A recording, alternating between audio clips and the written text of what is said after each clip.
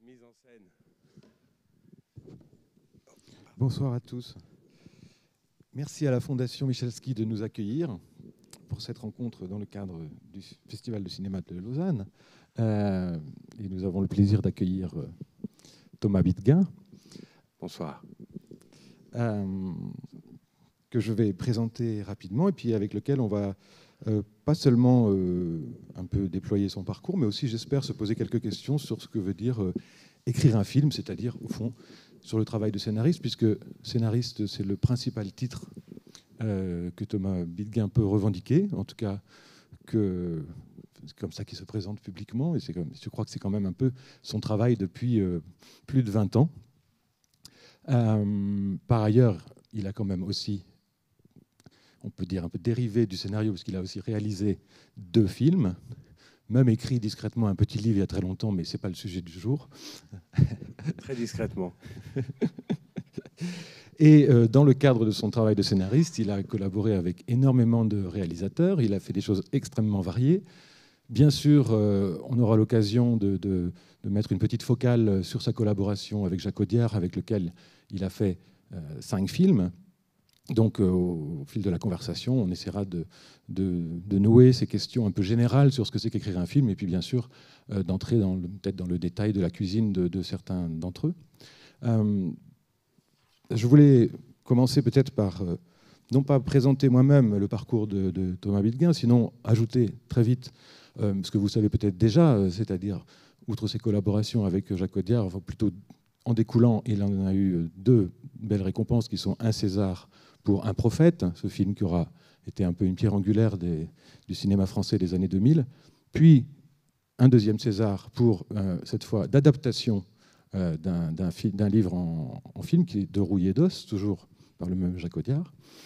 Et puis, j'y viendrai peut-être au fil de la conversation, il a aussi travaillé à des très beaux films, comme par exemple Ni le ciel ni la terre de Clément Cogitor, aussi avec des cinéastes américains, et que je n'ai pas compté le nombre de films dont il est vraiment crédité comme scénariste, peut-être une 15aine, mais il faudrait ajouter, c'est un peu Monsieur Script Doctor en France, hein, c'est-à-dire que tout le cinéma français l'appelle régulièrement pour aider, pour appeler au secours quand un scénario n'arrive pas à se trouver.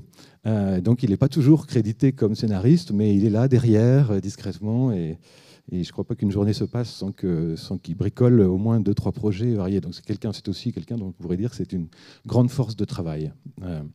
Alors, pour en arriver là, une petite question, je pensais à une phrase de François Truffaut, qui avait l'habitude de dire, en parlant non pas du métier de scénariste, mais de celui de critique de cinéma, de dire on n'a jamais vu un enfant auquel on aurait demandé ce qu'il voulait faire plus tard répondre « critique de cinéma ».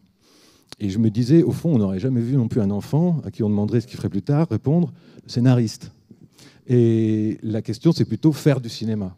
Donc peut-être en première instance, cette question, comment on passe de son goût du cinéma, de la naissance de cette cinéphilie, j'imagine évidemment formatrice. Ajoutons à ça, avant de te laisser la parole Thomas, que tu n'as pas fait la FEMIS, la grande école du cinéma français, mais que tu as un peu appris sur le tas. Et voilà, peut-être tu peux nous raconter ce début. Absolument. Bonsoir à tous. Et à toutes, et à toutes, et à tous. Non, oui, effectivement, je n'ai pas fait d'école de cinéma du tout. J'ai étudié la gestion et l'économie à Dauphine, à Paris. Voilà. Mais par contre, en fait, ce qui m'a servi d'école de cinéma, c'est que la mère de mon meilleur copain, et c'est un copain avec qui j'étais à la maternelle, et on était ensemble, était ouvreuse à Paris au cinéma, dans un cinéma de répertoire qui s'appelait l'Action Christine. Et du coup, j'y allais tous les jours. Et quand j'ai eu 12, je crois que j'avais à 12 ans, j'ai vu un film. Donc j'étais passionné par le cinéma. Et je pense qu'à partir de 9-10 ans, j'allais vraiment très régulièrement au cinéma. Et puis c'est le bonheur c'était quand j'ai grandi à Paris dans les années 80. Et voilà, c'était vraiment un endroit où on pouvait voir énormément de films. Tous les mercredis, il y avait l'officiel du spectacle et Pariscope, les 2 journaux qui sortaient. Et il y avait, je me souviens, de la page centrale, c'était tous les films de la semaine. Donc tous les films qui étaient diffusés dans la semaine. Et à l'époque, il n'y avait pas de vidéo, il n'y avait pas de truc. Et on cochait un par un les trucs. Alors il y a un Raoul Walsh qu'on n'a pas vu qui passe au McMahon. Donc on allait vraiment, c'était une activité d'aller voir des films. Et donc j'allais beaucoup au cinéma, voilà, à l'Action Christine, parce qu'on rentrait à l'œil. Et donc, voilà, ça a fait beaucoup pour moi. Quand j'ai eu 12 ans, j'ai vu un film qui s'appelle La Nuit du chasseur de Charles Laughton. Et je me suis dit, oh, c'est ça que je veux faire. Voilà. Je l'ai vu à 14 heures, je l'ai vu à 16 heures, je l'ai vu à 18 heures. Je me suis dit, bon, voilà, je veux faire du cinéma. Mais bon, je connaissais personne. Personne dans ma famille faisait du cinéma ou quoi, même pas rien d'approchant. Et donc, voilà, j'ai voulu travailler dans le cinéma. Et j'ai eu beaucoup de chance, mais vraiment, j'ai eu une chance folle. C'est que j'ai toujours travaillé dans le cinéma. Et donc, voilà, j'ai commencé à 24 ans mon premier boulot. J'ai réussi à me faire réformer. C'est à l'époque qu'il fallait aller à l'armée, tout ça, c'était il y a longtemps. Et donc, j'étais distributeur. J'ai distribué des films et puis après j'ai essayé d'en produire. Je connaissais rien, je savais pas ce que je voulais travailler dans le cinéma, mais c'était vraiment une volonté, je sais pas quoi, très innocente, vous voyez. C'était un truc de pas, je savais pas. Alors à un moment je me suis dit je voulais être réalisateur comme Orson Welles. Et Orson Welles il fait Citizen Kane à 24 ans en fait, 25 ans. Et donc voilà. Et je me souviens du jour où j'ai eu 25 ans et j'avais pas fait de film et j'étais là. J'ai pensé que ma vie était foutue. Et puis en fait, mais j'avais commencé à travailler dans le cinéma. J'ai commencé à travailler pour un producteur espagnol qui était un type formidable, qui s'appelait Elias Kelerreta, qui a fait tous les films de Carlos Saura dans les années 70, et qui avait une haute idée du cinéma. Et ça, je crois que c'est vraiment un truc très important, c'est de travailler avec des gens qui ont une haute idée du cinéma. Parce que c'est un métier où c'est très facile d'être cynique. Voilà, ou d'avoir un point de vue cynique sur les films en disant il faut faire ci, il faut faire ça, c'est ça qui marche, je sais pas quoi. Mais non, si on a une autre idée du cinéma, d'abord on la transmet et puis voilà, on fait pas les mêmes films que les autres. Et donc voilà, j'ai eu de la chance de commencer avec Elias Kelerreta.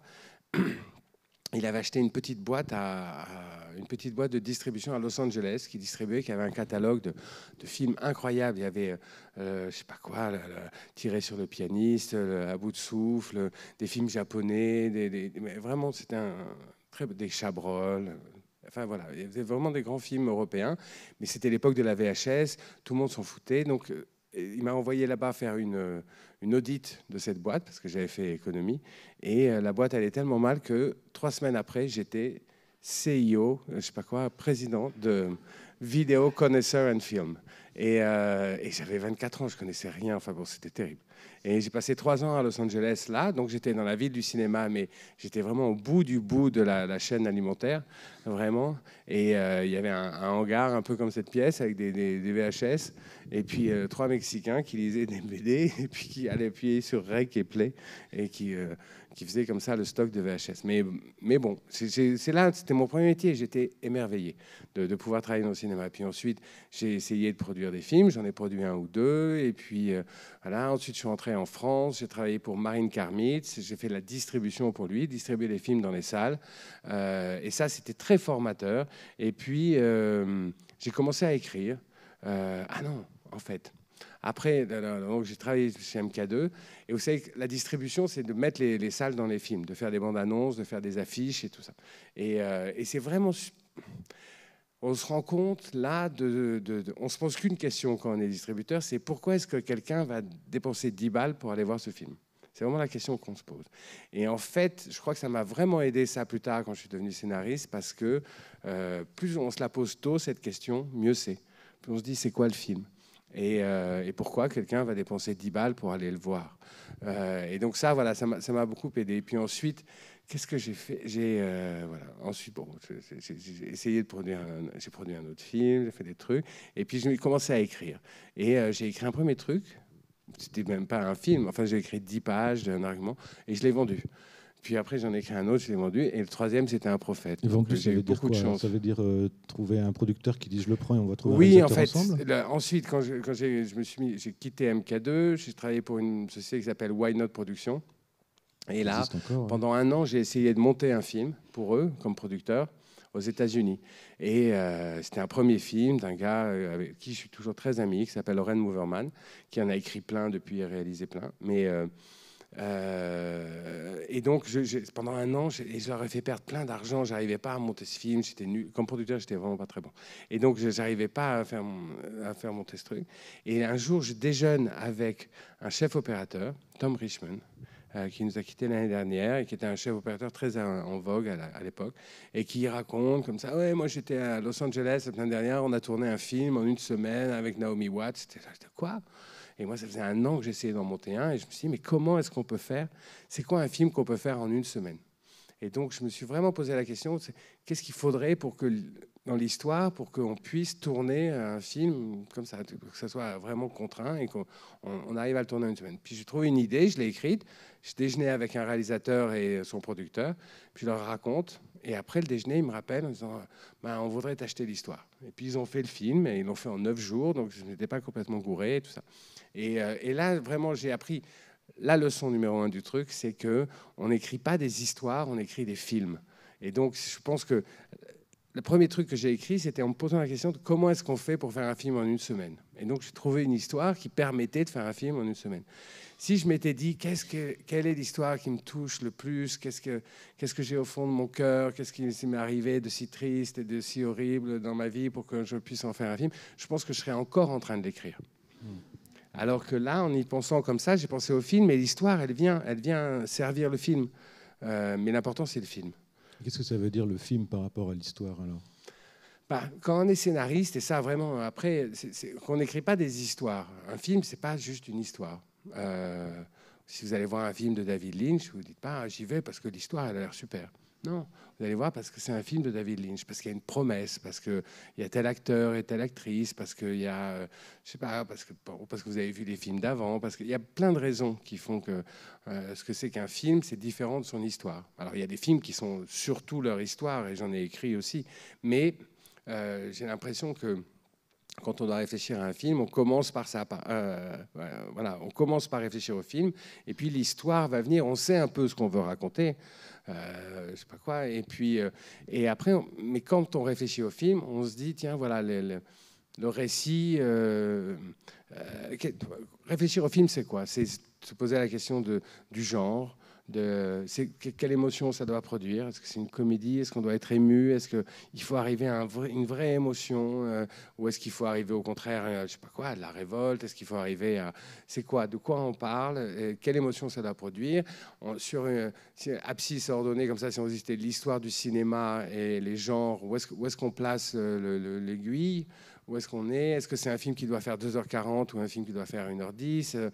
Est-ce que c'est un film avec des vedettes? Est-ce que c'est un film qui doit être très cher ou pas cher? Enfin bon, on se pose la question du film. C'est quoi la promesse de ce film? Vous voyez, quand vous voyez une bande-annonce, c'est pas que l'histoire qui va vous parler. Ou quand vous voyez une affiche, c'est une promesse. C'est la promesse de quelque chose. Tiens, ça va être un film avec des vedettes ou sans vedettes, mais qui va être moderne, qui va être plutôt à l'ancienne, plutôt comédie. Enfin voilà. Et tous ces trucs-là, ça fait le film. Enfin, est-ce que ça relève pas plutôt du désir de film que du film? Parce que s'il n'y a pas oui, c'est du désir. S'il n'y a pas après, on parlera peut-être du travail après, plus concret de l'histoire, mais de la mise en narration, de la composition. Après, quand on écrit l'histoire, ce qu'on essaye, c'est de ne pas trahir ce désir. Ouais. C'est d'essayer de se dire comment est-ce qu'on va faire que ce désir de film, là, l'histoire va venir le servir. Et du coup, tu dis beaucoup « on ». Alors le « on », ça peut être à la fois toi comme scénariste qui dit comment on va faire quand on est en train de travailler, mais c'est aussi ce « on » du « nous », c'est-à-dire que, puisque finalement c'est toujours avec un réalisateur, alors il y a plusieurs cas de figure, en effet, soit celui où c'est toi qui écris puis tu essayes de vendre, comme tu viens de le dire, mais il y a aussi beaucoup de cas de figure où on fait appel à toi, ou alors justement cette naissance du désir du film et de la collaboration, outre la variété à laquelle ça peut te confronter, des propositions, puisque j'évoquais, pour prendre un spectre assez large, de Cogitor à Audiard, il y a déjà un monde, et tu arrives à et entre les deux, il y a la famille Bélier avec Éric Lartigot, et puis tu parlais des Américains, etc. Donc, ce moment de la rencontre et du désir de film, et de ce premier moment où on se dit quel film on veut faire ensemble, comment on le formalise et qui a le dessus ou le dessous, et comment peut-être aussi, je pose toutes les questions en même temps parce qu'après je sais que tu vas te lancer. Oui, non, c'est comment on rentre peut-être dans le désir de l'autre, si l'autre en tant que réalisateur est peut-être plus lui encore du côté du désir de film que toi comme scénariste, ou peut-être que tu arrives toi à... Ça arrive aussi, ça arrive que je vienne moi avec une proposition, mais en fait... Effectivement, moi j'aime beaucoup travailler pour des réalisateurs. Et de toute façon, je pense vraiment que c'est quoi un bon réalisateur, un bon scénariste, c'est vraiment quelqu'un qui travaille avec un bon réalisateur. Parce que vous pouvez écrire le meilleur scénar possible, si un type vous le salope, personne ne s'en souviendra que vous avez écrit un truc super. Et ça m'est arrivé. Et ça m'est arrivé une fois voilà, d'écrire un truc, j'étais tellement content du scénar, mais tellement, et je me suis dit, mais ça va être merveilleux. Et puis, je l'ai donné au gars. Déjà, le scénar, c'est devenu un scénario de le gars plus moi, et alors qu'il n'avait pas écrit, bon, ça énerve, mais ça arrive, ça fait partie du métier. Et puis j'ai vu le film, et je me suis dit, quand j'ai vu le film, j'étais à côté de lui, et je vois le film, et je me suis dit, oh là là, mais c'est un très mauvais film, et les gens vont croire que je l'ai écrit. Je me souviens, les gens vont se dire que je l'ai écrit, et ils vont m'envoyer à l'EHPAD avec lui. Mais c'est vraiment ce que je me suis dit. Mais il avait respecté le scénario de A à Z, parce que non, quand on lit un bon tout. scénario, on voit un bon film. Oui, mais non. En fait, non. Oui, mais en fait, là, il avait... bon, je peux vous le dire, hein, c'était un film sur Notre-Dame de Paris. Notre-Dame brûle, sur l'incendie de Notre-Dame, qui est vraiment une histoire géniale. Mais vraiment, ça se passe minute après minute. J'avais lu, il y a plein de tous je sais pas quoi, tous les récits sur cette journée, sur l'incendie, tout ça. Et donc, il y avait un truc, 12h40. 12h42, 12h51, enfin voilà, c'était toute la journée avancée comme ça, et je me suis dit, waouh, c'est vraiment un truc super. Et après, quand je suis allé voir le truc, en fait, pour s'assurer la collaboration de l'armée, il avait fait tout relire par les pompiers qui disaient, ah ben non, on parle pas comme ça. Alors moi, j'avais fait tous les trucs, attention, fais gaffe, machin, ouais, le truc. Et là, non, c'est mon capitaine. Ce n'est pas possible. Vous savez bien que la devise des pompiers de Paris est que nous devons sauver des bâtiments. Mais enfin, voilà, c'était que ça. Et les gars, on avait l'impression d'un mec qui jouait avec des petits soldats de plomb. Oui, mon capitaine. Toutes les phrases commençaient par mon capitaine. Déjà. Donc, j'étais là, mais c'est pas possible. Et donc, il avait dû faire relire par les pompiers qui lui avaient dit, ah ben non. Un pompier ne s'exprime pas. Non, un pompier, quand il reçoit une bûche sur la tête, il fait, je sais pas quoi, il dit, fais gaffe, mec. Tu vois, voilà. Et donc, j'avais écrit ça. Et quand j'ai vu le film, je me suis dit, mais c'est terrible. Et donc ça arrive, oui, parfois, de ce genre de truc. Mais sinon, pour repartir à la question que tu m'as posée, que j'ai complètement oubliée. C'était le rapport avec les réalisateurs dans oui, le rapport avec les projet. réalisateurs et d'où ça vient, tout ça. Mais en fait, ils viennent souvent avec une envie. Alors, par exemple, ou même, tu vois, De Rouille et d'Os, c'était un livre avec des... je sais pas quoi, Jacques, on lui avait offert pour son anniversaire un bouquin, un recueil de nouvelles. Puis j'avais lu les nouvelles et puis j'avais commencé, on s'était dit, ah, ça serait bien, il y avait une ambiance qui était bien. Et donc c'est ça, un réalisateur, il va vous dire, ah, mais moi j'aime bien cette ambiance, ou j'aime bien tel truc, ou je voudrais raconter une histoire là-dessus, ou tiens, ça serait bien si ça se passait à tel endroit, ou ça serait bien si, voilà, c'était l'histoire on pouvait parler, tiens, si on parlait, je sais pas quoi, de l'extrême droite, tiens, si on parlait de ça. Et donc il faut trouver le récit et le film qui va avec. Et donc souvent, moi, j'aime beaucoup faire ça, et je suis sollicité souvent pour faire ça, c'est pour faire le départ, l'architecture du truc. Pour se dire, ah oui, mais le film, ça serait quoi? Justement, pour réfléchir à ça. Et se dire, ben tiens, qu'est-ce que ça raconte? C'est vraiment très souvent la question, qu'est-ce que ça raconte? Et pas juste, c'est l'histoire d'un type qui fait ça. Non, c'est un film sur le deuil. C'est un film sur quelqu'un qui aspire à la normalité. C'est un film sur... Et après, ça va être, je sais pas quoi, un prophète. Un prophète, c'est pas l'histoire d'un petit voyou qui devient un grand voyou, c'est l'histoire d'un type qui n'a pas de domicile, pas de famille, et à la fin, il a une famille. Voilà, à la fin, il a un bébé dans un bras, une femme de l'autre. Et donc, c'est ça, son histoire. Mais il y a beaucoup de façons de raconter comment on crée une famille. Voilà. Oui. Un prophète, c'en est une, par exemple. Et tu as cette capacité, justement, et je pense que c'est aussi pour ça que tu es très précieux, pas seulement pour ça, mais à formaliser la chose et dès le début du film, enfin, dès le début du projet, à savoir cette chose. Oui, exactement, à se dire, voilà ce qu'on raconte. En fait. Voilà ce qu'on raconte, et du coup, après, il peut se passer plein de choses, et ça, c'est le scénario, ça, c'est l'histoire. L'histoire, il se passe plein de trucs et tout ça, mais par contre, ce que ça raconte comment un type va trouver une famille. Et alors après, on est où on veut. On est sur Mars, on est avec les bandits corses. Après, tout est possible dans l'histoire. Et après, il faut être un peu agile pour bien raconter une histoire. Mais si on sait ce qu'on raconte, un type peut se faire une famille, et ben voilà. Et là, on sait où ça va. Et on sait l'émotion que ça doit produire. Bien sûr. Ça n'empêchera pas, tu seras d'accord, le labeur et les mois et les mois qu'imposeront... Et les mois et les mois et les mois. C'est ça. Hein, ah oui, oui. Ça, c'est beaucoup c'est de pas travail. pour défendre la notion d'histoire, mais on sait à quel prix aussi il faut que chaque moment, tout le carburant qui est nécessaire pour une fiction. Et quand tu dis comme ça, un peu de manière désinvolte, ça peut être sur Mars ou les bandits corses, mais une fois que tu as les bandits corses, il y a quand même... Oui, il faut se les cogner, les bandits corses. Non, il faut lier, il faut rencontrer les gens, il faut savoir un peu de quoi on parle, il faut comprendre un peu l'univers, les règles, je sais pas quoi, le cahier des charges. Après, il y a un truc qui est le cahier des charges et on va écrire l'histoire à l'intérieur de ces contraintes-là. Mais c'est vrai que c'est un... Vous voyez, tu disais tout à l'heure, on fait souvent appel à moi. Effectivement, je travaille sur beaucoup de trucs, mais c'est un métier scénariste où il n'y a rien entre trop et pas assez. Il y a des scénaristes qui ne travaillent pas assez, et puis des scénaristes à qui on confie tous les trucs. Peut-être parce que les producteurs manquent d'imagination, ou je sais pas quoi, ou parce qu'ils ont besoin d'être rassurés. Et donc, on vient souvent me voir. Et moi, je vois à un moment, je me suis dit, c'est quoi les critères qui font qu'on accepte un film, enfin, j'accepte un film ou pas. Et je me suis dit, à un moment, j'étais vraiment obligé, je me suis listé je sais pas quoi, très consciemment. Et je pense que si un film, un projet, s'il y a un bon réalisateur, bon déjà on est sorti d'affaire, mais s'il y a un bon réalisateur, si ça produit des images, si ces images je les ai pas vues, et si ça raconte quelque chose du monde, si vous avez ça, il y a quelque chose qui va être intéressant. Je dis pas que le film va être un succès, ça, c'est une autre histoire, mais par contre il va y avoir quelque chose, le travail va être intéressant, il va falloir sortir ces images, aller les chercher, c'est vraiment ça beaucoup aussi le travail de scénariste, c'est aller chercher les images que le film doit produire, et donc il y a vraiment ça, et surtout si on les a pas vues, si c'est des images qu'on n'a pas vues, c'est quand même rassurant, et puis moi j'aime bien que ça raconte quelque chose du monde. C'est pas toujours le cas, hein. Il y a des gens qui font des films qui sont inspirés d'autres films ou des histoires, je sais pas quoi, de voyous, de je sais pas quoi, mais qui racontent pas forcément quelque chose du monde, qui est pas forcément quelque chose au-delà de l'histoire elle-même. Moi, j'aime bien quand il y a cet élément, quand on est en prise un peu avec les problématiques du monde. Et justement, ça fait partie des critères avec lesquels tu décides de collaborer ou pas. Et toi-même, tu inventes ou tu injectes dedans les problématiques en question. Bien sûr, mais souvent, c'est des conversations en fait avec le réalisateur. On va lui dire, mais tu as vu ça, ce qui se passe dans le monde, il y a ça quand même, ça serait vraiment... C'est dommage de passer à côté. Et puis, si ça l'intéresse, enfin, si on est assez intéressant, assez convaincant, ça va finir par l'intéresser, puis ça va venir à l'intérieur, puis ça va venir nourrir le projet, et puis voilà.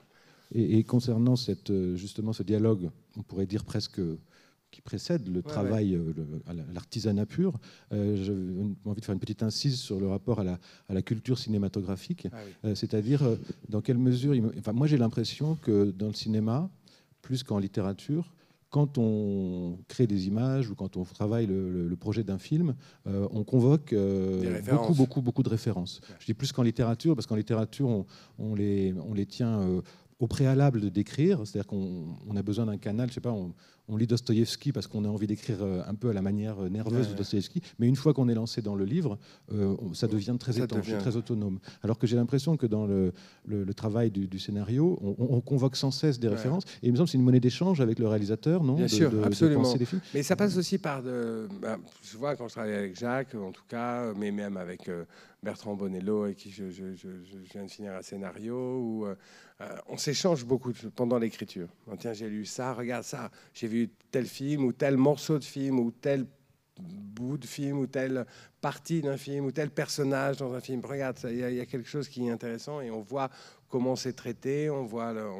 l'acteur, on voit je sais pas quoi, la musique à ce moment-là, un tas de choses. Et donc on échange des films, beaucoup, on échange de la musique, pas mal en fait, et on échange même des livres, ça nous arrive souvent en fait, ça dépend beaucoup du sujet, mais et beaucoup des informations aussi sur... Il s'agit de voir le même film quand même. Oui, absolument. Il s'agit vraiment de voir le même film. Mais ça... Alors, je sais pas comment ça se passe pour les autres scénaristes, mais moi, c'est le truc que j'aime bien faire. J'aime beaucoup travailler pour un réalisateur que je respecte et aller me mettre dans son truc et dire ah oui, mais il est très fort pour ça. Là où il est fort, Bertrand Bonello, il n'est pas fort pour les mêmes trucs que Jacques ou que je sais pas qui, ou que Éric Lartigot ou que Cogitor, ou on peut en citer d'autres. Mais donc il y a des trucs où ils sont très forts, les réalisateurs. Et quand on travaille avec un bon réalisateur, on l'admire et on sait un peu pourquoi on l'admire. Et donc Par exemple, là, je travaille avec Tom McCarthy, qui est un réalisateur américain dont je te parlais tout à l'heure, qui a fait Spotlight. Vous voyez le film sur l'enquête du Boston Globe sur les curés pédophiles, tout ça. Et lui, il a un truc, c'est il lâche rien. Il lâche pas. Donc on repasse les scènes 1000 fois, mais parce que ce qui l'intéresse vraiment, c'est la véracité du truc. Jacques, la véracité, je crois qu'il s'en fout complètement. Bertrand, il aime bien la mise en scène, quand les gens se mettent en scène eux-mêmes, comme je sais pas quand on a écrit Saint-Laurent ensemble pour Bertrand Bonello, voilà. Et là, effectivement, c'est la mise en scène. Les personnages se mettent eux-mêmes en scène souvent. Voilà, et ça, il est très fort pour ça. Et du coup, il va chercher une intimité là-dedans. Et donc voilà, on sait un peu ce qu'on aime chez les réalisateurs, là où ils vont être forts, et puis voilà. Et après, moi, je crois beaucoup. Et c'est mon conseil à tous les scénaristes, tout ça, c'est il faut voir des films. Moi, je vois un film par jour, au moins. Vraiment, il faut voir beaucoup des films nouveaux. Et puis, je revois souvent des films anciens. Et voilà, c'était ce truc d'aller dans les cinémas de répertoire quand j'étais jeune. Et du coup, c'était les années 80, tout le monde parlait de Spielberg. Et moi, j'étais fou. Je me disais, mais non, c'est Michael Curtis, qui est un grand réalisateur des années 30, 40, mais surtout 40 et un peu 50. Et je me disais, mais non, voilà, ça c'était le Spielberg de l'époque. J'ai une passion pour Raoul Walsh, pour Huston, bien sûr. Une passion pour les cinéastes, on pourrait dire, les plus amples et les plus plastiques. C'est-à-dire qu'ils ont pu aussi effleurer un peu tous les genres et finalement n'ont pas toujours... Mais Huston, il a ça, c'est génial. Et Raoul Walsh aussi, c'est-à-dire il est bon dans tous les domaines, comédien, western, film d'action, film de guerre. Et surtout, on pourrait dire qu'il n'y a pas une touch. Raoul Walsh, il y a un savoir-faire. Il y a un savoir-faire. Et Huston, c'est un peu pareil. C'est le contraire d'un Hitchcock ou même d'un Ford. Et de ce point de vue-là, c'est peut-être aussi des identifications possibles pour un scénariste, parce que toi-même, tu as besoin de cette plasticité permanente pour aller dans les univers de tout le monde, sans avoir finalement de préférence personnelle. Oh là là, c'est une question. Hein. J'apprends des trucs, c'est pas une question, c'est une information sur moi-même, c'est précieux.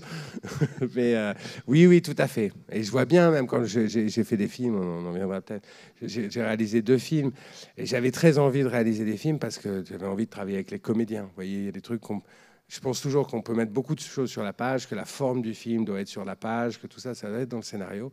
Mais par contre, il y a un truc, c'est le travail avec les comédiens, c'est quelque chose qui n'est pas sur la page. Et donc ça, vous pouvez dire un truc à un comédien et tout va changer. Je l'ai vu tant de fois avec Jacques et donc j'avais très envie de ça. Mais je vois bien les films que j'ai faits. Je n'ai pas le talent de ces grands réalisateurs, mais c'est des films de conteurs. J'aime bien ça, j'aime bien me dire comment est-ce qu'on raconte bien cette histoire, voilà. Mais c'est un truc comme ça. Et après, pour moi, c'est pas un compliment, un film de conteur, mais c'est ce que j'ai. Je les vois bien maintenant que je les vois ces films. Et j'aime bien raconter les trucs. Peut-être le 3e sera différent. Peut-être le 3e sera différent. Ouais. Mais quand j'étais petit, je me souviens, je regardais beaucoup d'émissions, je lisais beaucoup sur le cinéma et du coup, je me souviens, on disait ça de Henri Verneuil. Je sais pas où j'avais lu ça. Henri Verneuil, c'est avant tout un conteur. Et alors, je crois qu'il était con comme un panier, lui. Mais c'était un conteur. Alors voilà, moi, je crois que je suis un conteur. Et alors, si on revient un petit peu à la question, justement, puisqu'on a l'air de suivre le fil de comment on fabrique un scénario, mine de rien, vous savez peut-être que quand on signe un contrat, peut-être tu me démentiras parce qu'il y a peut-être différents types de contrats, mais on signe un contrat de scénariste, en fait, il y a ce qu'on appelle un step deal, c'est-à-dire on est payé par marche, par étape.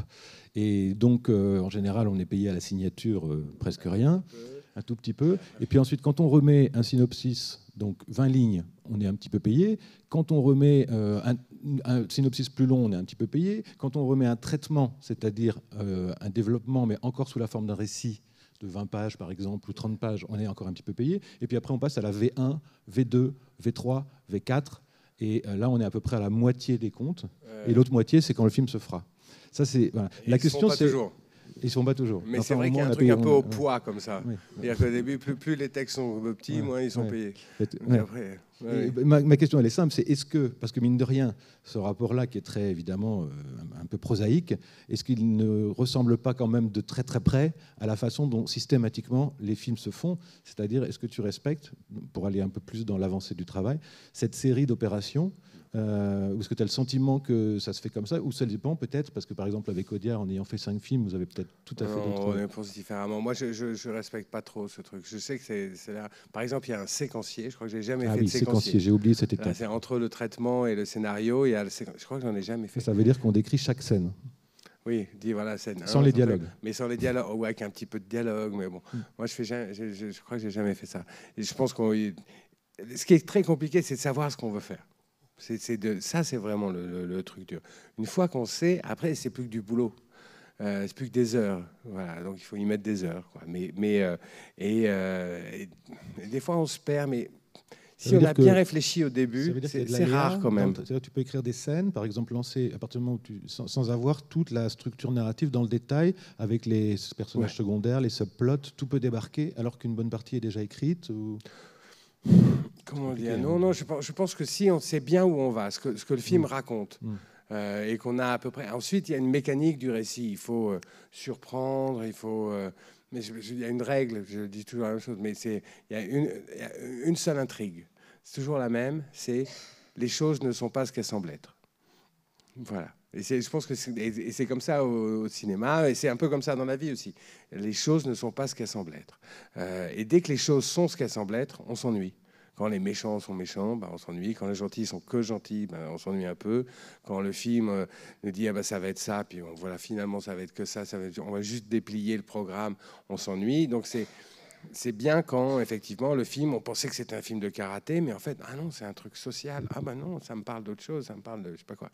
Et où on se dit, tiens, ça commence un peu comme un documentaire, ou je sais pas quoi, le Saint-Laurent de Bonello commence comme un documentaire sur un atelier de couture et puis finit comme un opéra. Et donc c'est pareil, le film n'est pas celui qu'on pense. Et donc je pense que ça marche sur les personnages, sur les scènes, sur c'est vraiment ce truc-là. On doit déjouer sans arrêt le programme. Et ça, c'est intéressant. Emilia Pérez, c'est vraiment ça. Ça déjoue le programme. De Rouille et Dodd, c'est vraiment des films où 10 minutes plus tard, ils se disent, ah bon. Et ça, c'est vraiment chouette. Moi, j'aime vraiment bien de mettre le personnage, mettre le spectateur sur, ah bon, à ça. Ou j'adore quand... Voilà. Enfin bon, moi j'aime beaucoup ça. Et on le ressent quand on écrit. Non, ça doit faire ça aussi. On sait que... On se dit, ah là, c'est pas mal, on tient un truc. Et on a du plaisir à le faire. Et les émotions qu'on a en écrivant, elles vont se transmettre. Ça, c'est un truc un peu magique. Si vous écrivez une scène qui est très, très émouvante, ça m'arrive d'être très ému en écrivant des scènes, parfois. Et après, au tournage, on est ému. Puis au montage, on est ému. Puis à la fin du film, ça fait une bonne scène. Et moi, je crois beaucoup à ça. Je crois aux émotions comme ça. C'est ce truc-là de ne pas être cynique. Je pense que le pire qui peut arriver, c'est ce truc-là, le cynisme ou la mécanique. C'est là où il faut faire attention, quand on écrit beaucoup de trucs, de ne pas être tombé dans une mécanique. Donc il faut continuer à être enthousiaste et avoir une haute idée du cinéma. Voilà. Non, mais c'est vrai. On parle beaucoup de raconter une histoire, de l'architecture, de ces surprises qu'on peut produire et qui sont nécessaires. Et est-ce que toi justement, est-ce que entre architecte et dialoguiste, tu te sens à l'aise partout? Ou est-ce que tu passes ton temps à faire des allers-retours entre la partie et le tout, si je puis dire? Ou est-ce que quand tu arrives à l'étape du dialogue, c'est plutôt une exécution de ce qui a déjà été pensé? Après, il y a beaucoup de façons de dialoguer, mais moi, j'aime bien les dialogues qui ne sont pas trop chargés, pas avec des mots d'auteur, trop, tout ça. Bon, après, certains films appellent ça. Est-ce que tu pourrais travailler avec des Pléchins, par exemple? Non, pas forcément. Si, j'aimerais bien. Ça comme un cinéaste, la vérité, c'est que ça m'est déjà arrivé un peu. Ah oui, ouais, comme discrètement. Un peu discrètement. Encore non crédité. Un peu non crédité, oui, exactement. Mais il voulait faire à un moment un film qui se passait dans un commissariat. Et donc, il m'a appelé un jour, je reçois un coup de téléphone d'Arnaud il me dit, voilà, je fais un film qui est tiré d'un documentaire qui s'appelle Roubaix, une lumière. Il me dit, voilà, comment est-ce qu'on fait et c'est quoi le film et comment est-ce que je fais un commissariat sans que ça soit de la télévision? Voilà, c'était ça son truc. Vous voyez, il y a des domaines qui sont très, très balisés par la télévision. Le commissariat, l'hôpital, c'est difficile quand on fait un film de ne pas se retrouver à faire de la télé. Et donc il me montre ce documentaire et puis et je me souviens et je cherche c'est quoi le truc. Et en fait, il y avait un flic qui était musulman et qui va essayer d'amener quelqu'un à avouer et en fait pour qu'elle arrive à une sorte de paix intérieure. Et voilà, il y avait ça, c'était la ligne. Et donc j'ai dit, j'allais le voir en lui disant, c'est l'histoire d'un musulman qui est miséricordieux. Et partout, on voit toujours des histoires de musulmans qui ne sont pas du tout miséricordieux, qui veulent faire des attentats, et tout ça. Non, là, c'est l'inverse. C'est un musulman qui va chercher ça, la miséricorde chez quelqu'un et la sienne. Et donc, et en fait, après j'ai vu le film, donc on s'est mis d'accord, on se voyait 3 fois. Une première fois comme ça pour dire voilà c'est quoi le film, une deuxième fois quand il avait écrit un traitement, et puis une troisième fois quand il avait écrit un scénario. Et donc on a déjeuné 3 fois ensemble de lecture de ça. Bon, j'ai fait ce genre de truc, j'aime bien faire ça. Oui. Mais pour revenir à ta question je pense, moi j'ai l'impression que sur ce que raconte le film, il y a une fulgurance là. Il faut le voir et se dire ah mais ça c'est super. Et puis ça je l'ai pas vu, ça c'est vachement bien. Et j'ai plein d'exemples de ça. Et donc ça, on vient vous voir, on dit ah ça serait bien de faire un truc qui soit comme ça. Et puis là, vous réfléchissez et dites ah ben voilà. Et c'est ça qu'il faut faire. Et donc ça tient de la fulgurance, de se dire ah, voilà. Après on peut l'améliorer ou laisser une conversation avec le réalisateur qui dit oui mais je voudrais pas que ça soit de truc. Et là on peut arranger ça. Mais ça, ce truc sur l'architecture et qu'est-ce que c'est que le film, je pense que c'est vraiment une vision. Et après les dialogues, je pense qu'il faut les écrire et les réécrire et réécrire et réécrire. Il y a des dialogues, je sais pas, des scènes sur lesquelles on passe mais 20 fois, vraiment 20 fois ou vraiment 25 fois. Où on change à chaque fois un mot, un truc, une intonation. On met c'est un truc que je fais souvent. On écrit la scène et puis après on se dit ah ben non, là, ce qu'ils disent à la fin, ça doit être le début. On remet ça au début et puis ça change toute la scène. Enfin bon voilà, plein de trucs comme ça. Il y a après on a des techniques, mais ça c'est de la technique et du boulot. Mais la vision du truc. Bien sûr. Mais à propos de technique, j'ai une question sur quelque chose que j'ai éprouvé un petit peu pour le peu que j'ai travaillé à faire du scénario, c'est de voir qu'il y a dans la relation avec... César du meilleur scénario 2023. Oui, c'est pas mon... C'est 23, ouais, c'est 23, ouais. Ça fait 2 ans. Ouais, mais c'était parce que j'ai pas travaillé tout seul. Ah, oui. Mais justement, dans la relation avec le réalisateur, principalement, donc c'était avec Louis Garrel en l'occurrence, j'ai pu comprendre qu'il y avait vraiment aussi des types de cerveaux et qu'il y a ceux qui, en fait, produisent justement dans l'énergie de l'échange, de la parole, et jusqu'à la scène, jusque dans le détail de la scène. Par exemple, Garrel, il est comme ça. On sent que... Et moi, j'ai l'impression, on s'était croisés, nous, un petit peu, que tu étais pareil, c'est-à-dire que tu avais une capacité à avoir de l'à-propos, si je puis dire, avoir immédiatement la phrase, l'image, etc. Ouais. Donc ma question, et il me semblait que peut-être par des formations de romancier, que moi, c'est quand j'arrive chez moi, que je suis tout seul devant l'ordinateur, que tout d'un coup, quelque chose s'ouvre et que j'ai des idées. Oui. Et donc ma question était un peu comme ça. Est-ce que par rapport à tes habitudes, selon les réalisateurs, est-ce que vous travaillez vraiment ensemble? J'ai vu une photo de toi avec Jacques Audiard, vous êtes tous les deux avec vos ordinateurs. Côte à côte, oui. Est-ce que c'est votre méthode de travail? Oui, beaucoup. Est-ce que vous avez besoin d'être dans cette... Mais avec chaque réalisateur, c'est un peu différent. Mais c'est quand même souvent ça. On a 2 ordinateurs ouverts et puis on écrit, mais ensuite on se sépare, on écrit chacun de notre côté, puis on se relie. En fait, on réécrit beaucoup. On écrit un peu et puis on réécrit beaucoup.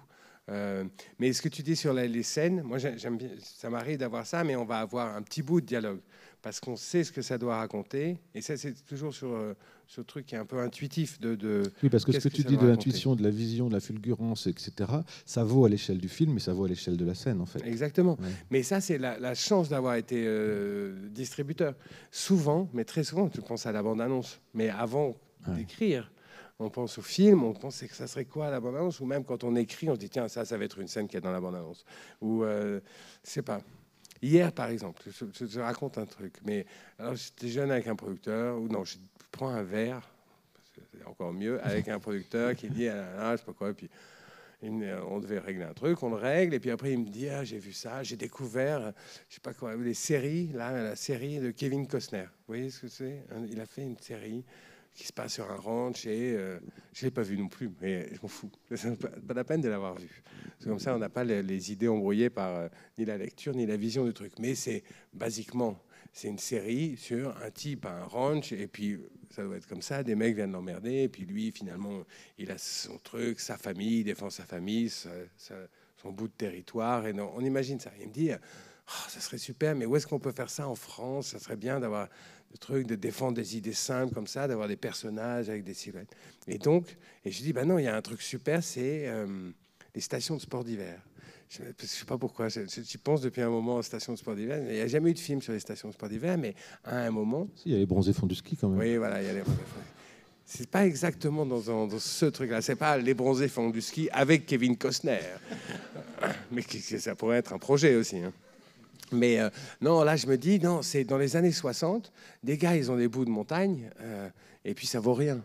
Mais les mecs ont des ranchs, ont des vaches, on appelle pas ça des ranchs ici, on appelle ça des propriétés agricoles ou je sais pas quoi. Et donc il y a un type, il a des ranchs, hein, et là c'est les mecs qui viennent de Paris ou qui viennent de je sais pas où et qui disent maintenant là on va construire des tours et puis voilà. Et le gars il fait clic clic. Un western, quoi. Ça va pas se passer comme ça.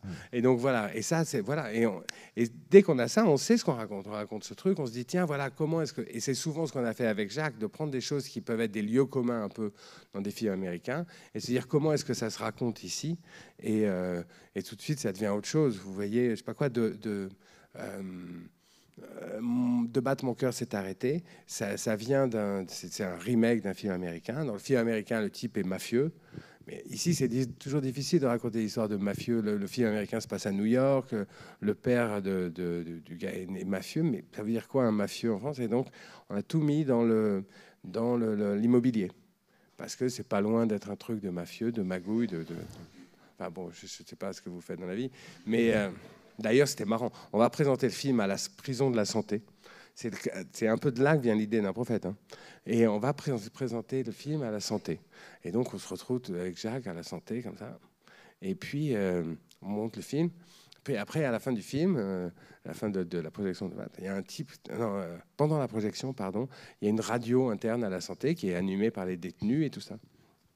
Et puis là, on est à table et le gars dit « J'ai beaucoup aimé votre film, mais vous présentez les marchands de biens vraiment comme des gens très malhonnêtes, alors que ce n'est pas le cas. Je sais parce que j'étais marchand de biens. » Et alors, c'est très difficile de dire au type « Mais mon gars, maintenant... » Comment dire je me souviens très bien de ce truc.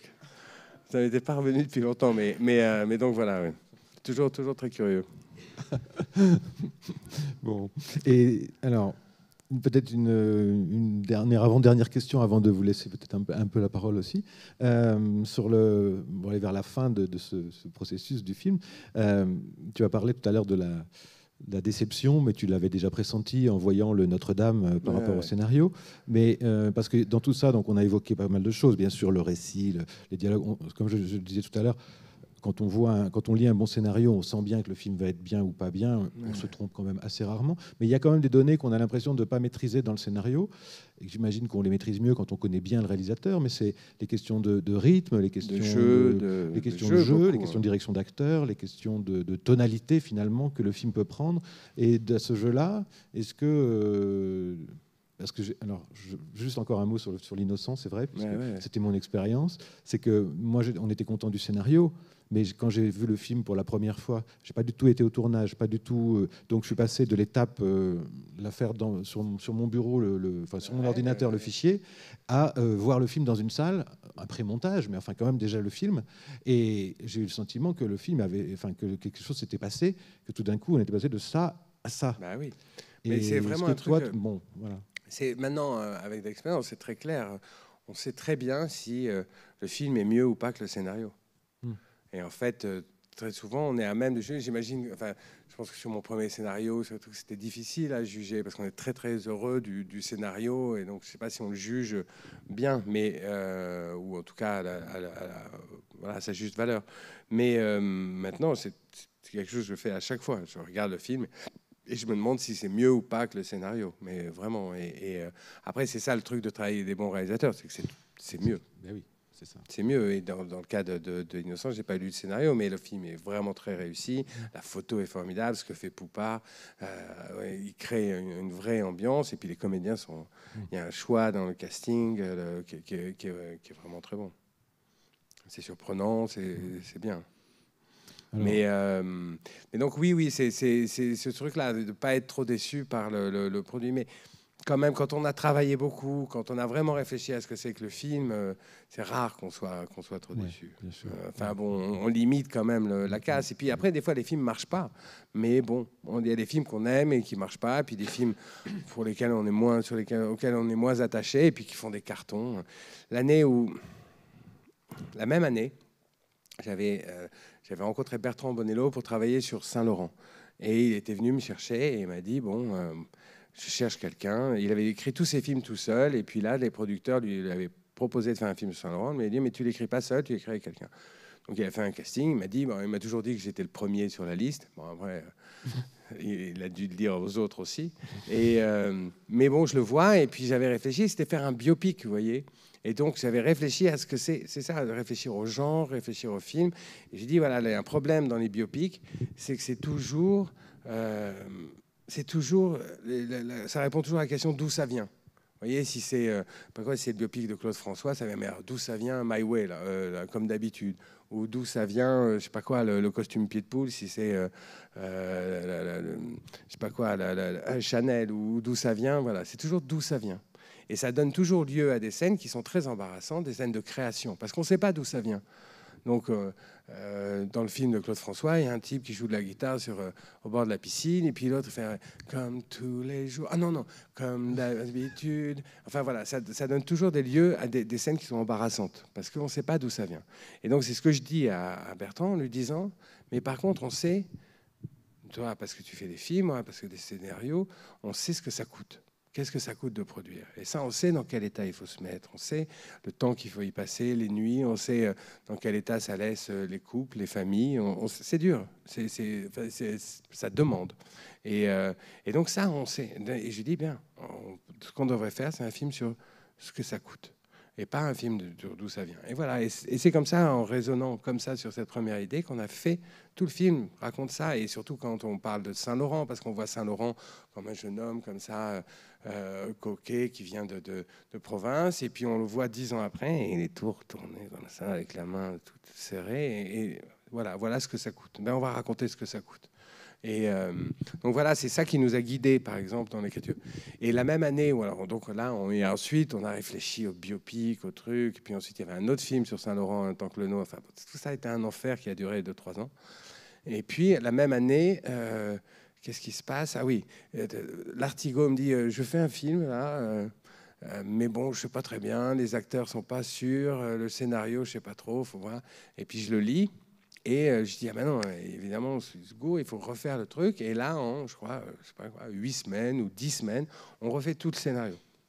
Mais on se voit tous les matins et on refait le truc à partir de ce qui existe. Et c'était La Famille Bélier. Et c'est en même temps. Et vous voyez, La Famille Bélier, par exemple, c'est la même chose. C'était, ça commençait, le scénario original commençait, c'est l'histoire. Voilà.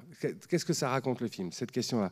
Ça raconte l'histoire d'une adolescente qui part de chez elle. Et les adolescents, ça part. Voilà, et c'est toujours un deuil, et c'est toujours un truc. Et donc voilà.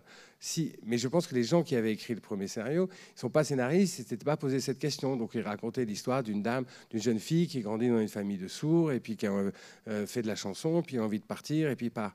Mais ils ne racontaient pas ce truc-là. Et donc si on sait qu'on raconte ça, oui, on raccroche tous les wagons. On raccroche tous les wagons. La première scène, c'était, elle descendait, elle devait faire ses devoirs, mais ses parents, comme ils étaient sourds, faisaient beaucoup de bruit. Puis il y avait une voix off qui disait, oh, j'en ai marre et tout ça.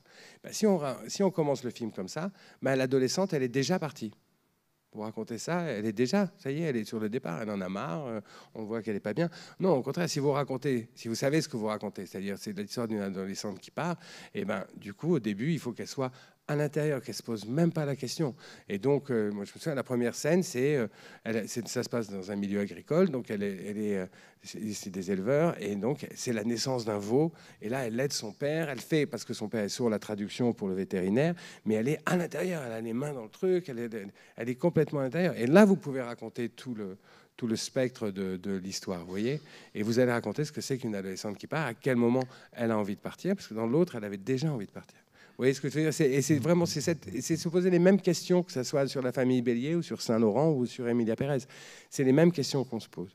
Et je vois très bien, j'avais fait les deux trucs. Et le jour de l'annonce des nominations des Césars on m'appelle, et là, on me dit, je reçois un texto, oh, génial, bravo, bravo pour la nomination. Et je me dis, ah, ouais, quand même, on a bossé 3 ans sur Saint-Laurent, ça dit, voilà. Et là, non, c'était nommé pour La Famille Bélier, évidemment. Mais et que j'aime beaucoup, hein, c'est vraiment un film que j'aime beaucoup. Bah et j'ai oui, fait d'autres films avec, avec dis. l'Artigot, on est devenus vraiment copains et tout ça. Mais c'était pas le même travail, vous voyez. Et, mais enfin, c'était les mêmes questions, mais il y en a un qui a été un travail énorme et l'autre qui a été un petit truc. Et ça, on peut pas savoir. Alors, bon, peut-être justement. Ça va, c'est bavard. Je suis bavard. Il est Non, bavard. ça Il est va, très ça bavard. va. Généreux, je dirais. Voilà un auteur avec du vocabulaire. Et, non, juste peut-être cette question qui me taraude un peu par rapport justement à ce statut, ce parcours de scénariste. Alors ça vient peut-être de mes problèmes narcissiques personnels de romancier. Mais est-ce qu'au milieu de tout ça, et j'ai l'impression que tu as un peu répondu parce qu'au fond, il y a une permanence de la question. En fait, mais ma question serait, est-ce que tu as le sentiment aujourd'hui, à 57, 58 ans 56. 56. Il a été bien jusque-là. Ouais. C'est vrai que même pour les hommes, il faut faire attention. Et ouais, est-ce que tu as le sentiment de quelque chose il y a une ligne souterraine, que tout ce travail pendant 20 ans dessine un portrait de toi en creux? Est-ce que non, j'exagère. Qu'il y a une touch qui travaille tout ça, comment dirais-je? Est-ce que scénariste, on peut dire quand même, à la fin, j'ai rempli le contrat et presque, j'ai fait une œuvre, même si c'est un peu dit. Oui, après moi, il y a des scénaristes pour qui j'ai beaucoup d'affection et moi, j'ai l'impression d'être beaucoup au service. Je ne sais pas si j'ai fait une œuvre. Je pense qu'il y a quelques trucs. Je me suis dit qu'il y avait une chose très importante que la représentation, c'était important. Et qu'on est là pour représenter le monde. Voilà. Ça, je crois beaucoup à ça. Je crois beaucoup que quand on fait un film, on va représenter un truc. On va représenter des personnages, on va représenter... Et la représentation, c'est important. Et je pense que et c'est vraiment quelque chose auquel on s'est beaucoup attaché dans tout le travail avec Jacques Audiard. Et je pense que c'est peut-être qui a fait une différence du travail de Jacques avant ou après qu'on se soit rencontrés. C'est d'aller chercher des personnages qui sont vraiment au bout du... vous voyez, on a fait un film qui s'appelle Dipan, qui a eu la Palme d'Or, et qui raconte... Et le projet du film, c'était, vous ne verrez plus jamais le type qui vend des roses à votre table de restaurant, là, de la même façon. Et c'était un gars qui, en fait, c'était un guerrier. Il coupait des mains, il coupait des têtes, et puis il vient en France, puis là, il vend des roses aux terrasses des restaurants, puis il a un travail de concierge, de gardiennage dans une cité, puis il va devenir autre chose. Mais c'était le projet du film.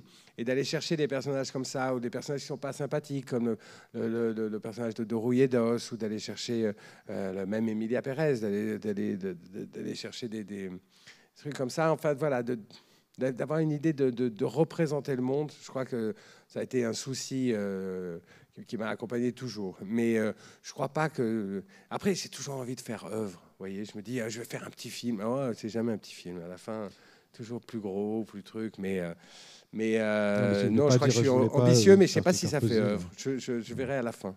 Alors, voilà, je me garde... Bon. Et ultime question, de mon côté en tout cas, qui est un peu le dérivé de celle que je viens de te poser, à savoir, est-ce que tu as un avis ou presque une position politique sur la place du scénariste? On a parlé au début, on a ironisé sur les crédits laissés. Moi, j'ai toujours été effaré de voir que, par exemple, des chefs-d'œuvre, que ce soit des films d'Hitchcock ou de Kubrick, ou je pense même encore plus fort, par exemple 12 hommes en colère de Sidney Lumet, on a totalement oublié le nom du scénariste, qui n'est même plus un scénariste, qui est presque un écrivain à ce niveau-là. Ouais. Il me semble que 12 hommes en colère, c'est un très beau film de Lumet, mais c'est quand même un texte incroyable. Et c'est vrai pour beaucoup je pense à Hitchcock, où vraiment les scénaristes ont des rôles cruciaux. Mais moi, c'est une question et notamment parce que récemment, avec la grève des scénaristes à Hollywood, c'est joué cette question très symbolique aussi. Est-ce que le nom du scénariste ne devrait pas apparaître à côté de celui du réalisateur sur les affiches de la même manière, etc. C'est une question un peu... Moi, je comprends bien. Moi, j'ai toujours le sentiment que... Et je suis un mauvais exemple parce que justement, je suis un personnage un peu public, mais j'ai l'impression qu'il ne faut pas expliquer les tours de magie. Et j'aime bien, vous voyez, les gens, ils pensent très souvent quand même que les acteurs, ils disent leur truc, quoi. que Jean Dujardin, en fait, il est très marrant.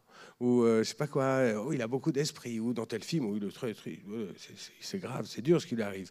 Et ça, j'aime bien que le réalisateur, il est devant. Et j'ai toujours pensé et c'est vraiment ce que je pense, c'est que moi, je suis pas un artiste, je suis un artisan. Le réalisateur, c'est un artiste. Vraiment. Et le comédien, c'est un artiste. Et eux, ils ont besoin d'être devant et tout ça. Nous, on est des artisans. On vient nous apporter des histoires ou des films. Et nous, on sait un peu comment ça marche. Donc, on ouvre le capot. On est comme des garagistes. On ouvre le capot du truc et puis on bricole. Et il dit, ah, mais tu vois, à la fin, ça se passe pas bien. J'arrive pas. On dépasse pas le troisième acte. C'est comme s'il me disait, au bout de 25 bornes, je suis un peu en rade. Alors, je dis, ah oui, mais attends, regarde. Hop, je lève le truc et tout ça. Et donc, c'est vraiment un boulot d'artisan. Et c'est pour ça, d'ailleurs, qu'on peut avoir des apprentis. Moi, je travaille souvent avec des jeunes gens qui veulent devenir scénaristes et puis qui deviennent après scénaristes, comme plein, Noé Debré, Valentine Monteil, Benjamin Charbis, sont des gens que j'ai pris, avec qui j'ai travaillé quand ils étaient très jeunes et puis qui sont devenus les meilleurs scénaristes de leur génération. Mais j'ai l'impression qu'il y a quelque chose comme ça, de ne pas expliquer les tours de magie et qu'on n'est pas dans le même statut scénariste. On ne prend pas les risques, on n'est pas des artistes vraiment, on est des artisans au service d'un truc. Alors après, il y a des bons artisans, des mauvais artisans, mais ce truc d'être garagiste, c'est pour ça qu'on a plein de boulot, c'est parce que c'est difficile de refuser des bagnoles, vous voyez. On apporte une super bagnole là, mec, avec un super pilote, on dit bon, attends, alors, je vais travailler le soir, alors hop, on met la lampe et puis on ouvre le truc. Non, mais donc voilà, il y a ce truc-là. Moi, je crois que on n'est pas exactement à la même place. Ensuite, je pense que par rapport au moment où j'ai commencé, je pense que on est un peu mieux traité. Peut-être les séries ont fait quelque chose là-dessus. C'est-à-dire que les séries, c'est beaucoup d'histoires. C'est pas les mêmes. C'est pas du tout ce que je vous ai dit pour le cinéma n'est pas vrai du tout pour les séries. Mais donc oui, les séries, ça produit pas d'images, par exemple, très peu. Le cinéma, c'est fait pour produire des images. Les séries, ça produit du récit. D'ailleurs, celui qui signe la série, c'est le scénariste. Et voilà. Et donc ça a changé quand même un peu le statut du scénariste. Mais sinon, pour le cinéma, je crois que c'est le réalisateur qui est le truc, et puis qui est l'artiste. Voilà. Après, moi, j'en ai réalisé un peu, mais j'ai toujours fait un peu comme un artisan, malheureusement. Voilà. Alors peut-être, sûrement, j'espère, peut-être qu'il y a quelques questions dans la salle. N'hésitez pas, je crois qu'un micro vous sera apporté dans la seconde. Dès que vous l'aurez, vous n'ouvrez pas la bouche tant que vous n'avez pas le micro. C'est la consigne. Une question. Non, tout était clair, vous avez tout compris. Ah non, pas tout. Ah ben voilà. Des barbus, c'est beaucoup de barbus qui lèvent la main. Alors, attendez, je crois que vous êtes. Ah oui, il y en avait une. On a le barbu du haut qui s'exprime d'abord, mais ça sera à vous. Bonsoir, merci Bonsoir. Déjà pour ce récit très intéressant. En fait, ça suscite plein de questions. Moi, ce qui m'a étonné, c'est notamment ce distinguo que vous faites entre l'histoire. On ne raconte pas une histoire quand on commence à écrire, mais déjà, vous avez déjà un peu la structure. On pense au film, ouais. Ça m'a beaucoup étonné, c'est très intéressant. Et vous avez même dit carrément que vous avez parfois même carrément déjà même la bande-annonce en tête. Enfin, je trouve ça dingue parce que moi, naïvement, je pensais qu'une bonne histoire, ensuite vous pouvez la reconstruire, la déconstruire, mais en faire non, parce que vous prenez le taxi et le gars il dit toujours, que si vous avez le malheur de dire que vous êtes scénariste, le gars il dit toujours ma vie c'est un film, alors c'est une histoire, ou la vie de mon oncle, alors et voilà. Mais en fait non, c'est peut-être une bonne histoire, mais c'est pas forcément du tout un bon film. L'histoire et c'est ça vraiment la différence, c'est-à-dire qu'il y a des histoires qui sont juste des histoires, et les séries sont pleines de ça, vraiment des histoires qui vont être haletantes, on va suivre quelque chose, mais ça ferait pas forcément un bon film, ça va être un bon récit, mais voilà, c'est un peu différent, mais c'est important ce distinguo. Vous voyez, quand un prophète, c'était un scénario au départ que Jacques recevait, et puis qui ne se passait pas en tôle, en prison. Il y avait juste les 20 premières minutes qui se passaient en prison. Et puis après, le gars sortait de prison, puis réglait ses comptes. Enfin bon, c'était très différent. Et Jacques me le fait lire. Et c'est comme ça que j'ai eu le boulot en disant, c'est bien quand il est en prison, puis après quand il sort, parce qu'en prison, il est obligé de voler sous les radars. Vous voyez, donc, et puis après, il s'en va. Alors que s'il rentrait à la première image, il sort à la dernière image, voilà. Le film, ça devient un film de prison. Donc, vous savez ce que c'est que le film? Vous avez pensé au film, vous n'avez pas pensé à l'histoire, hein, mais vous avez pensé au film. Et vous dites, ça va être un film de prison. Et effectivement, Un prophète, si vous regardez, c'est un film de prison parce qu'il rentre à la première image, il sort à la dernière. Et tout ce qu'il faisait dans le scénario, il le fait en temps compté parce qu'il sort un jour. Mais tant qu'il est en prison, il est obligé de voler sous les radars. Ça oblige un tas de trucs. Ça fait une forme de récit. On ne sait pas il va lui arriver des trucs. Mais tous les trucs ils vont être obligés d'être souterrains. Voilà. Et ça va donner une contrainte. Plus il y a de contraintes sur les personnages, en général, mieux c'est. Et donc voilà. Et donc ça, c'est typiquement, et c'est comme ça que j'ai eu le boulot, en me disant, en pensant au film, pas à l'histoire. Et c'est ça, si vous arrivez à conceptualiser le film en une phrase ou en deux, ou en disant ça va être ça, c'est souvent pour le réalisateur, c'est inestimable. C'est déjà un vrai truc, c'est que vous l'aidez vraiment à formaliser le truc et à se dire ah oui, bien sûr, on va réfléchir à l'intérieur de cette boîte. On parlait de ça tout à l'heure avec Tanguy. Le pire quand on écrit, c'est se dire le et si. Vous voyez, ah et si, vous voyez, et là et si, je sais pas quoi, et si mon oncle, je sais pas quoi, et si il se passait ça, et si il sortait de prison, et si là sa sœur arriverait, et puis je sais pas quoi, elle aurait un bazooka, enfin parce que et si c'est trop large, et si tout peut arriver. Alors que si vous avez réfléchi au film, vous avez défini une boîte. Et là, quand vous avez une idée, elle tombe dedans ou elle tombe dehors. Et donc, si vous nourrissez cette boîte, vous savez ce que c'est et vous savez comment réfléchir au truc. Et c'est ça qui est un peu inestimable, parce que des si, c'est trop large. Vous voyez, ça arrive, on se pose toujours à un moment la question de et là, et si il avait un fils, et si truc. Mais quand on sait ce qu'on raconte, ça permet de trier entre les et si. Vous voyez. Voilà. On avait un autre monsieur.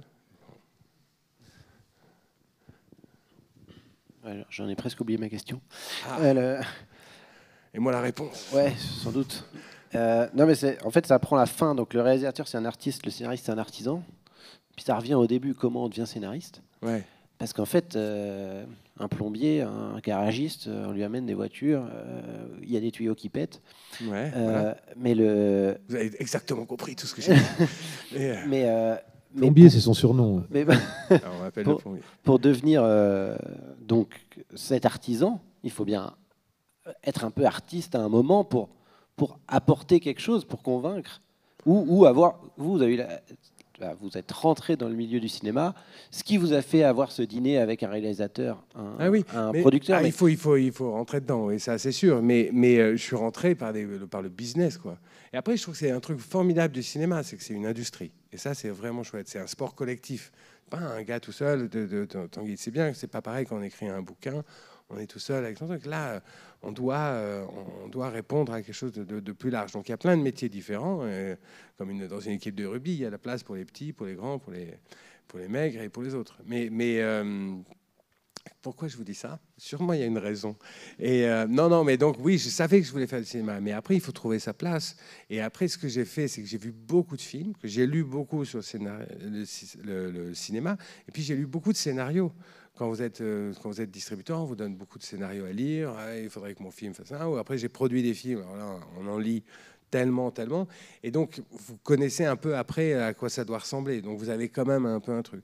Puis, quand vous vous mettez à écrire, tout d'un coup, ça marche. Mais je ne peux pas vous dire exactement pourquoi. Oui, mais je crois que monsieur a raison de soulever le fait que tu ne sais pas pourquoi ça marche, mais c'est précisément cet endroit qui est quand même un geste artistique, même même si tu n'es qu'un artisan. Oui. Et tu parlais d'industrie. C'est vrai que tu es un artisan. Tu te penses comme tel parce que l'industrie du cinéma produit ça. Et c'est là où moi je suis d'accord avec toi sur la hiérarchie d'ailleurs entre le scénariste et le réalisateur. Parce que j'ai dit c'est fou que les scénaristes ne soient pas crédités, je sais quoi. Mais en fait, quand on voit le boulot que fait un réalisateur, un boulot de chef d'entreprise, c'est une multinationale qu'il a dans les mains. Et il doit s'occuper de 1000 choses. Et à ce jeu-là, quand on est du côté du scénario, on se sent bien planqué et bien artisan, en effet. C'est plus même si on passe 2 ans ou 3 ans, un prophète, on a écrit pendant 3 ans et demi. Et même à un moment, Jacques, il n'y croyait plus, il est parti. Et j'ai écrit, moi, la première version seul. Mais oui, il y a un moment où, effectivement, on a se prendre en main. Mais je me souviens, le premier contrat de scénariste que j'ai eu, c'était exactement ça. Vous savez, au début, ce que tu racontais, Tanguy, on est payé un petit peu, puis après. Et je dis, c'est fou qu'on soit pas payé énormément au début, parce que pour moi, j'avais le sentiment de lâcher le quai pour monter sur la barque, de me dire, ma vie va être une vie de saltimbanque maintenant, voilà. Et puis non, après, c'est pas c'est pas qu'une vie de saltimbanque, c'est une vie où on apprend un métier. Et donc, c'est vraiment un métier. Réalisateur aussi, c'est un métier. Mais non, Jacques me disait ça quand j'ai réalisé mon premier film. Tu vas voir, scénariste, c'est un métier. Réalisateur, c'est un état. Et c'est pas faux. Parce que le réalisateur, c'est quand même le gars. D'abord, je vois bien quand je réalise des films, moi, je peux travailler que là-dessus. Alors que quand vous écrivez, vous pouvez écrire sur 3-4 trucs à la fois, s'ils ne sont pas exactement au même niveau. Et donc... Mais c'est un état dans lequel il faut se mettre quand on est réalisateur. C'est un gars tout seul avec un drapeau, et puis il avance, et puis à la fin, il y a 350 personnes derrière lui. Et ça, c'est quand même autre chose. Quand on est scénariste, on n'est pas ça. On s'arrange pour que le drapeau fasse envie, mais c'est ça. Donc, voilà. J'espère avoir répondu un peu. D'autres questions, monsieur? Oui, pardon, allez-y. Merci beaucoup pour cet échange extrêmement riche, extrêmement intéressant et très très nourrissant pour nous. Enfin, pour moi en particulier, mais je suis assez convaincu que c'est le cas pour tout le monde. Moi, j'avais une question. Je transpose un tout petit peu ma question du côté du romancier que vous êtes, Tanguy Viel, parce que vous avez expérimenté les deux types d'écriture, l'écriture de scénario et l'écriture de roman. Et qu'est-ce qui les distingue selon vous, hormis peut-être la solitude effectivement que vous décriviez au début, ou est-ce que comme dit Monsieur Pitquin, lorsque vous écrivez un roman, vous pensez le roman, et donc il faut écrire un roman, ou est-ce que c'est une forme d'aventure comme ça? Enfin, qu'est-ce qui change en termes simplement de rapport à l'écriture selon vous? Je pense que la différence majeure, c'est que le cinéma, c'est une série d'étapes qu'on ne peut pas. C'est la division du travail. Le roman, c'est une division du travail, mais parce que, et bien sûr, à un moment on est architecte, à un moment on est styliste, à un moment on est poète, même dans le roman, mais on fait ce qu'on veut dans l'ordre qu'on veut. Donc ça change tout, parce que ça veut dire que le cerveau, il peut passer son temps à fabriquer, je sais pas moi, à passer de simplement le plaisir de la description du ciel à un élément qui va tout d'un coup changer l'intrigue, et puis tout d'un coup on va avoir un moment plus justement vue aérienne sur l'ensemble, puis on va replonger dans la matière, etc., etc. Donc cette façon de mêler tous les niveaux en même temps, c'est vraiment la grande différence avec l'écriture scénaristique, où on a le sentiment vraiment qu'on est obligé de respecter plus ou moins quand même si, comme tu le disais, on ne respecte pas toutes les étapes, mais je crois qu'il y a quand même... un ordre, Après, le point commun... non, le point commun, non, parce qu'en fait, le point commun, c'est que romancier, c'est réalisateur, en fait. C'est artiste. C'est ça c'est sûr. Ouais. Et que donc, en effet, là où il y a un point commun, et plusieurs points communs, bien sûr, mais c'est qu'il n'y a pas de livre qui peut se faire si on n'a pas, effectivement, l'idée du livre. Ça ne se traduit pas de la même manière. On n'a peut-être pas forcément aussi nettement que Thomas le précise la ligne, j'allais dire théorique, qui est très pratique au cinéma et dont on a besoin parce que derrière, à cause de cette industrie, il faut se reposer sur un axiome. En fait, c'est un axiome ce dont tu parles. Oui, alors que pour le roman, c'est plutôt un point d'énonciation qu'il faut trouver. Et on peut plus, je dirais, galérer après avec la question de qu'est-ce qu'on veut raconter. Mais en fait, tout est contenu dans le point d'énonciation sans qu'on le sache. Parce qu'on ne pose pas un narrateur comme ça impunément, sans savoir d'où il parle, qui il est, pourquoi il raconte ça. Et donc en fait, on a le même rapport. La même question.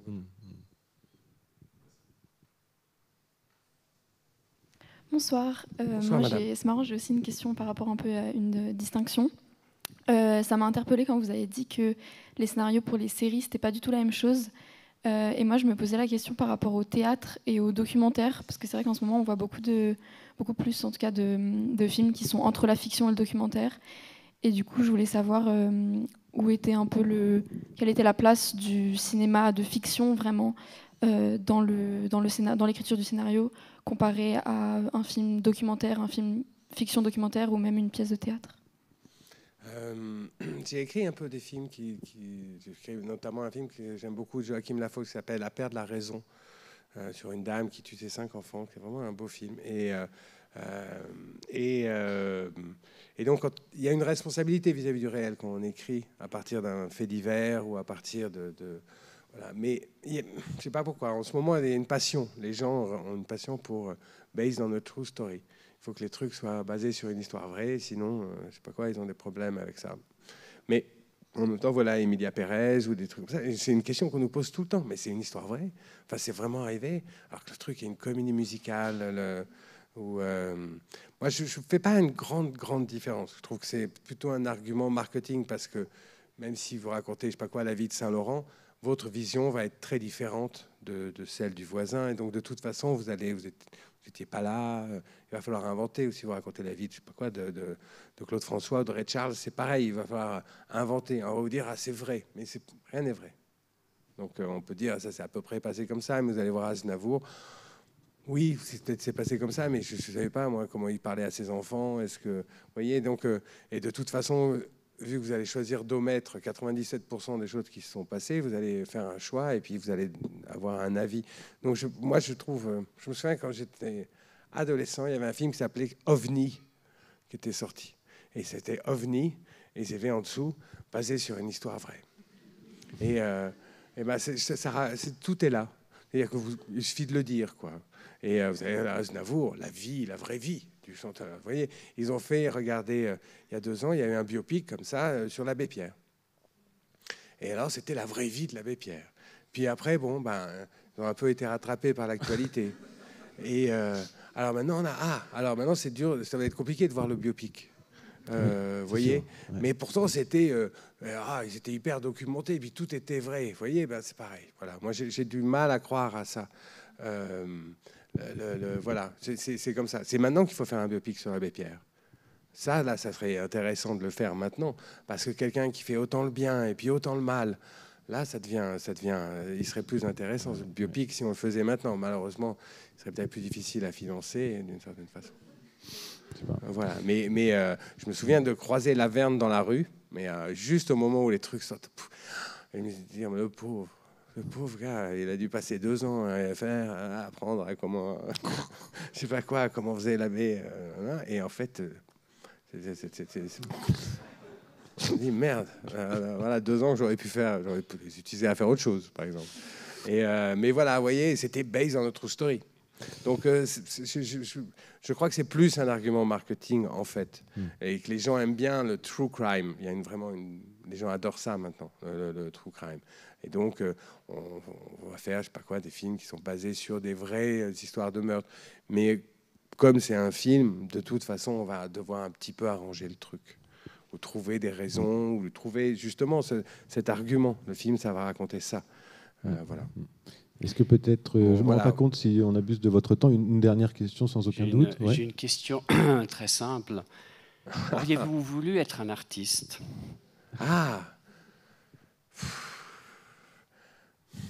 En fait, sûrement quand j'étais jeune. Je pense que je me suis dit ça peut-être quand j'ai voulu faire du cinéma, parce que je croyais que la figure elle est toute puissante, la figure du réalisateur et tout ça.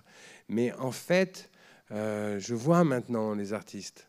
Je les vois, ils arrivent en retard et ils parlent mal de leur femme. Je sais pas, non.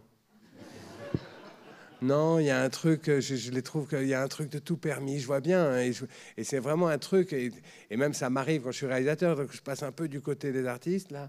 Tout d'un coup, on ne sait plus faire du café. Comment ça marche? Tu peux me faire le café, s'il te plaît? Alors oui, qu'est-ce qui se passe, machin, tout, mais la poignée, j'arrive pas à ouvrir cette porte. Vous voyez? Ils sont comme ça, les artistes. Et alors, ouais, voilà. Bon, nous, on est artisans, on arrive à l'heure, on ouvre le truc. Le soir, on referme, on éteint. Alors que les autres, oui, j'ai oublié d'éteindre. Ça va, oui, mais tout était en bazar. Bah oui, tu vois quoi, que je range. Et voilà. Alors nous, on est là, on fait le truc, on ferme bien, machin, on éteint la lumière. Enfin, voilà. Donc, non, je crois que maintenant, j'ai plus du tout ce fantasme-là. J'en suis revenu. Merci. Merci de la question. Est-ce qu'on a le temps pour une dernière question encore? Oui, peut-être. Même 2, 4, ouais, je sais 2, pas. 2, 4, 6, 8, 12. J'ai pas le... Chacun aura sa question. Alors.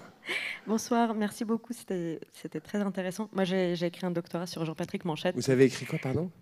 J'ai travaillé sur Jean-Patrick Manchette. Ah bah j'adore, moi je l'ai lu. Voilà, et donc ça m'a beaucoup fait penser à ce que vous avez dit m'a beaucoup fait penser à ce qu'il raconte, surtout sur les artistes et les artisans. Donc lui, il est du côté des artisans et en fait contre les artistes, mais après il est venu après les situationnistes qui considéraient que de toute façon l'art était mort, il ne s'agissait pas de le ressusciter. Donc la stratégie était de faire du bon artisanat et que et qu'en fait, pour être un bon artisan, il fallait voir beaucoup de films, il fallait beaucoup écrire, il fallait beaucoup imiter. Voilà, donc j'ai bien senti ça chez vous. Et puis lui aussi n'aimait pas l'art pompier, comme il appelle ça, que les gentils soient gentils, les méchants soient méchants. C'était pas très intéressant.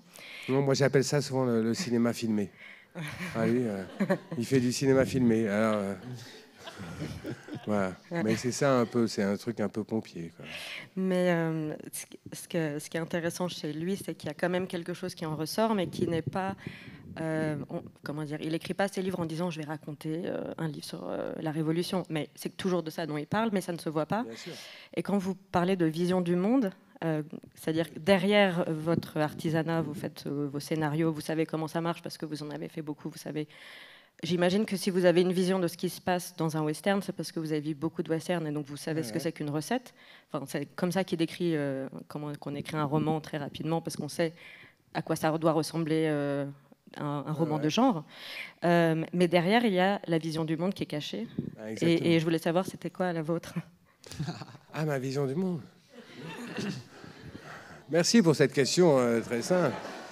Alors, on va distribuer les sandwichs toutes les 2 heures. Et non, je ne sais pas quelle est ma vision du monde. J'ai une éducation de gauche. Vous voyez, je crois que ça aide à raconter des histoires. Et puis, non, j'ai cette idée de la représentation. J'ai l'impression, ça c'est vraiment une chose qui me tient vraiment à cœur. J'ai l'impression que la représentation, elle est politique. Et que les choses n'existent qu'une fois qu'elles sont représentées. Et que nous, on fait un truc super, c'est qu'on raconte, vous voyez, je sais pas quoi, le Bangladesh, il n'existe pas, et puis tout d'un coup, il y a des inondations au Bangladesh, alors on voit le Bangladesh, hein, voilà, et là, il est représenté tout d'un coup. Et que souvent, on voit les choses comme ça par l'information, par le journal télé, par le, je sais pas quoi, maintenant, c'est plus le journal télé, mais c'est à peu près le même principe, avec des images qui viennent sur des écrans. Et puis, nous, on a cette idée-là de se dire, ah ben, c'est comment de l'autre côté? Et souvent, moi, je pense que la question qu'on se pose, que se pose pas souvent, c'est pas qu'est-ce qui se passe, mais qu'est-ce que ça leur fait? Vous voyez? On vous dit, ah, voilà, je sais pas quoi, ben, au Bangladesh, il y a des inondations. Alors vous dites, ah, ben, c'est terrible. Qu'est-ce qui se passe? Ben, c'est terrible, des inondations au Bangladesh. Mais si vous vous posez la question, qu'est-ce que ça leur fait?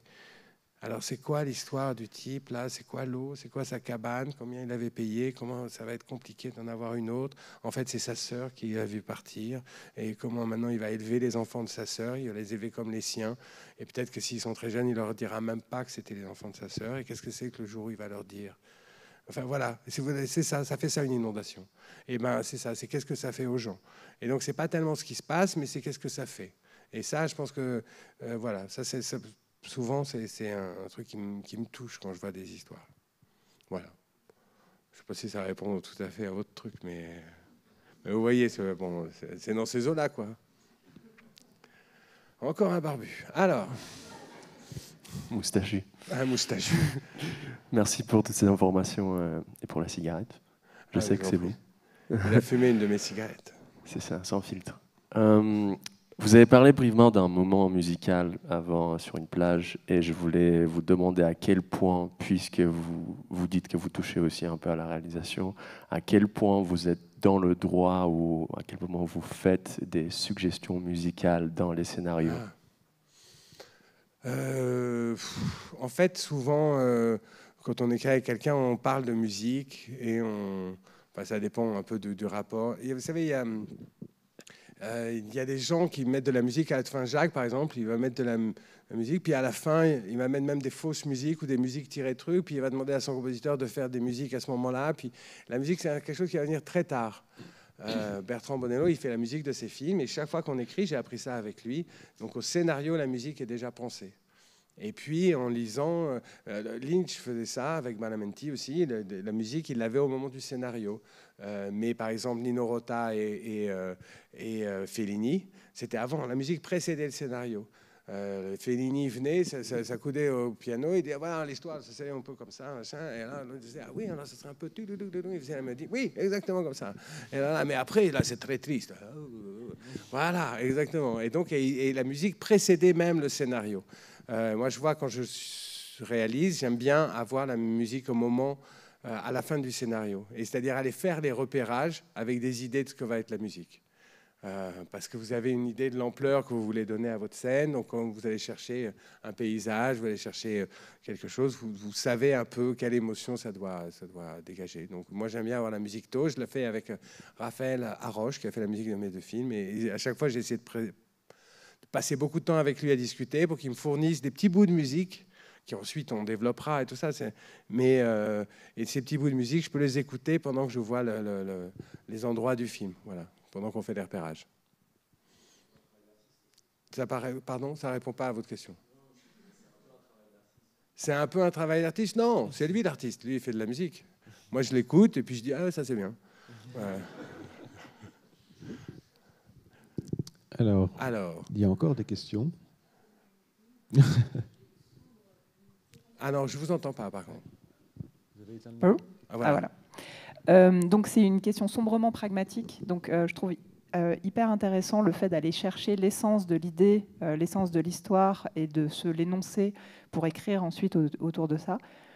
Mais comment vous la vendez pour avoir l'argent?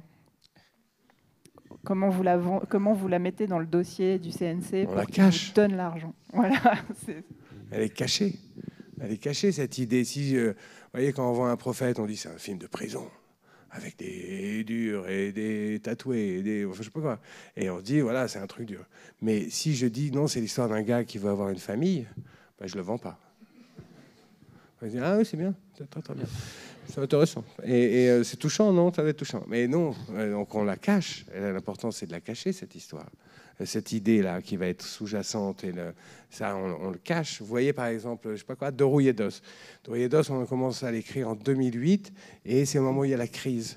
Et on se dit, ben voilà, on va raconter un film sur la crise, sur ce que c'est. Et c'est vraiment un truc très marxiste quand on n'a plus le prolétariat, il n'a plus que sa viande à vendre et sa force de travail. C'est quoi le lumpen? C'est vraiment ça. Et donc on va raconter un film là-dessus. On va faire un film sur ça, sur la catastrophe de ça, de la pauvreté. Et donc on a un type qui se bat, donc il vend sa viande comme ça, l'autre elle perd ses jambes. Enfin c'est vraiment comme ça. Et donc c'était vraiment un film. Et pendant tout cela, en plus, il y a le type travaille et met des caméras dans les vestiaires des supermarchés ou des trucs comme ça, pour que le patronat puisse espionner ses employés. Et donc, voilà, c'était vraiment un film là-dessus. Mais si je vais le vendre en disant, bah voilà, De Rouillé d'Os, non, c'est un film avec Marion Cotillard qui perd ses jambes, avec des combats, des orques et je sais pas quoi. Et c'est une très belle histoire d'amour, un mélo, mais trash, et une grande histoire d'amour. Voilà. Ça, je peux le vendre. Mais si je dis, ah non, c'est un film sur la crise de 2008 et comment les gens, ils n'ont plus que leur corps à vendre, j'aurais du mal. Vous voyez, donc non, il faut le cacher. Enfin, tout est par avant, vous voyez. Ah, je suis endormi. Et, pardon. Excusez-moi. Bon, ben voilà. Non, vous avez encore une question pour madame. Une ultime question alors, cette fois. Ça répondait un peu à votre question. On arrête question. après, ouais. Merci. Je voulais savoir comment c'était pour travailler sur Amelia Pérez. J'ai trouvé que c'était un film extraordinaire, très différent. Très différent. Bah oui, c'est une comédie musicale. Et alors, le travail a été très particulier sur Emilia Pérez. On s'est enfermé avec Jacques Audiard dans un petit village dans Dordogne. Je racontais ça tout à l'heure à Tanguy. Et on avait une maison, c'était un petit hameau comme ça. Nous, on avait une maison où on travaillait toute la journée. On habitait ensemble dans cette maison. Et les musiciens, Camille et Clément, Clément qui faisait la musique et Camille qui faisait les paroles, étaient dans une maison à 500 mètres avec un petit studio. Et nous, on faisait des pages et eux enregistraient la musique et ils composaient les chansons. Et le soir, nous, on leur rapportait les pages qu'on avait écrites et eux nous faisaient écouter les chansons. Et on est resté 2 mois là à faire ça, jusqu'à ce qu'on ait un scénario complet et qu'on commence à avoir beaucoup de chansons. Et puis on est retourné dans cet endroit parce que l'idée, c'était que, comment dire, dans la plupart des comédies musicales, il se passe un truc. Et puis ensuite, on a l'exégèse de ça, c'est-à-dire que je sais pas quoi, mon oncle meurt, et puis après, je vais marcher dans la rue, et là, j'ai une chanson qui dit ah comme j'aimais mon oncle, ah comme je suis triste, et ah comme la vie n'est plus la même maintenant qu'il est parti. Et ça va être la chanson. Alors que nous, ce qu'on voulait, c'était que la scène, que ça soit des scènes de dialogue, mais donc que ça soit très organique, que ça soit à l'intérieur du récit, que les chansons fassent partie du récit. Il se passe des choses pendant les chansons. pas quoi, avec une chanson avec un docteur, elle arrive à le convaincre pendant la chanson, c'est pas elle convainc le docteur, puis après elle sort en disant oui, j'ai réussi mon coup. La chanson, c'est pas oui, j'ai réussi mon coup. La chanson, c'est je vais convaincre, c'est la scène. Et donc ça arrive à plusieurs moments, et c'est ça qui fait que les chansons sont dans l'histoire, très organiques. Et c'est comme ça qu'on a travaillé. C'était un travail très particulier, effectivement. Oui, c'était difficile ou c'était un suivi assez... Jacques est venu avec l'histoire, et donc il avait l'histoire de... Bon, au début, c'était un avocat, pas une avocate. Il y a des choses comme ça qui ont changé, vous voyez. Et on s'est dit après, c'est un film de femmes, en fait. Et donc, on va avoir la trans... Et puis après, on va avoir des femmes entre elles, comme dans un film d'Almodovar, où ça arrive souvent. Et voilà, et une fois qu'on savait ça, et qu'on s'est dit, non, donc c'est pas un avocat, c'est une avocate. Et on a réfléchi. Après, la forme, c'est celle d'une comédie musicale. Mais ça permettait de détacher du réel, vous voyez. Et ensuite, la grande question, c'était celle de la stylisation. À quel point on stylise le film. À partir du moment où les gens se mettent à chanter comme ça, on n'est plus dans le réel. Donc, quelle stylisation? Et là, c'est Jacques qui a eu la réponse en disant on va tourner en studio. On est allé plusieurs fois au Mexique avec Jacques pour voir des décors et rencontrer des gens. Et en fait, c'est quand il a eu l'idée de le faire en studio que le film a vraiment trouvé sa forme. C'est-à-dire qu'il va être très théâtral. Voilà. Mais parce que c'est une comédie musicale. Et il l'a pensé au début comme un opéra. Et vous avez attendu le succès qu'il avait? On s'est attendu au succès? Non. Après, moi, je fais un truc avec Jacques depuis très longtemps. Depuis De battre, mon cœur s'est arrêté. Je regarde tous les rushs. Tous les jours, toutes les prises, et je fais des notes à Jacques. Et donc là, en voyant les rushs, je me disais, c'est très fort. C'est un film très, très fort en réalisation. Oui, très bien réalisé. On va s'arrêter là, je pense, parce que je crois qu'après, il faut que tu t'en ailles aussi, surtout, mon cher Thomas. Oui, il faut que j'aille écrire. Bon, mais il nous reste surtout à vous remercier d'être venu. Et merci Thomas, beaucoup, merci. Merci beaucoup. Merci vraiment, merci. Merci Tanguy. Tanguy Viel.